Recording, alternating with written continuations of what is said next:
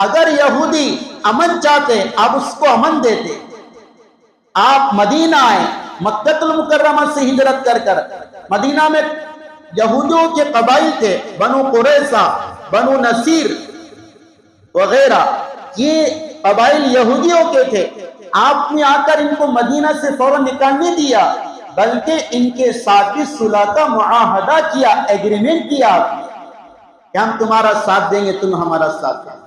پھر جب انہوں نے چالاکی کی اور جب انہوں نے نبی کے قتل کی گویا کہ سازش کی، اور کیسی سازش، ہمارے نبی پر جادو کرایا گیا، آپ نے وہ بھی معاف کر دیا، ہمارے نبی کو سحر دیا گیا، خیبر میں آپ نے ایک یہودی عورت کی دعوت قبول کی، تو کیا نبی ہوں گے؟ آپ کافروں کی، یہودیوں کی دعوت قبول کر رہے، آپ گھر پہ گئے، اس سے بکری کو بھونا، اس میں زہر کو لگایا، اور ایسا زہر کے زبان پر لگ کر کھانے والا مر جائے۔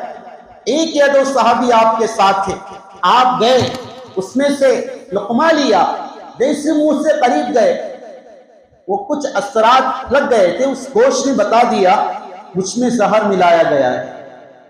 ایک معجزہ بھی ہے ہمارے نبی، تو آپ نے فوراً کھینچ لیا، اس ساتھ والے صحابی نے کھا لی، وہ فوراً مر گئے۔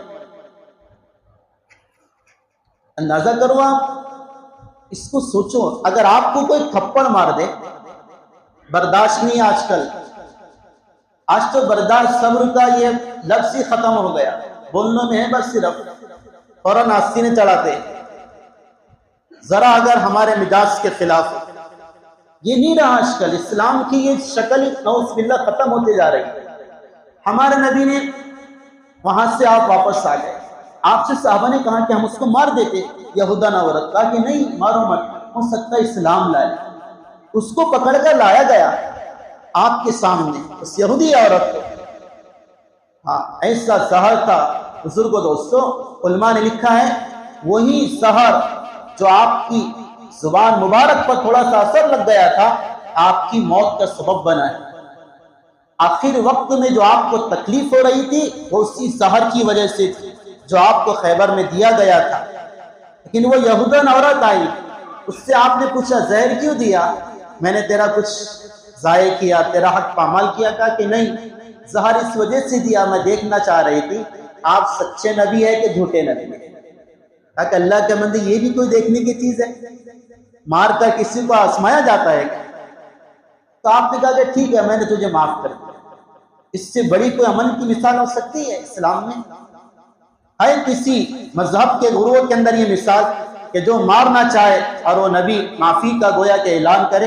نہیں میرے عزیز بزرگوں دوستو، تو ایک بات اسلام میں امن ہے، دوسری